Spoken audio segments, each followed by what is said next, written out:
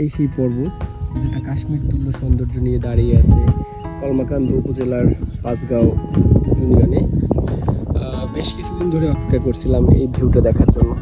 অবশেষে গতকালকে আসার সময় হলো। গতকালকে কলমাকান্দ এসে আমরা আজকে সকালে এখানে ঘুরতে আসলাম। এটার ভেতর থেকে ট্রেইল আছে, ঝর্ণা যেটাকে মানুষজন বলে। ওখানে সকালে আমরা ট্রেইল করে তারপর এই ভিউটা দেখার জন্য এখানে এসে বসে আছি। আমার সামনেই বিশাল আকৃতির পর্বতটা মাথা উঁচু করে দাঁড়িয়ে আছে। ধরে হেঁটে এই গ্রামে আসি এবং এটা হচ্ছে গারো উপজাতিদের বাসা।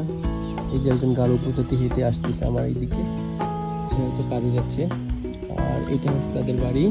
এখানে আমরা গেলাম, ঘুরে দেখলাম কিছু কুকুর আছে, কুকুরের ভয়ে আমরা তাদেরকে ডাকলাম, তারা এসে আমাদেরকে দিয়ে গেল। এই ঘুরেই হচ্ছে পিছনে পাহাড়টা।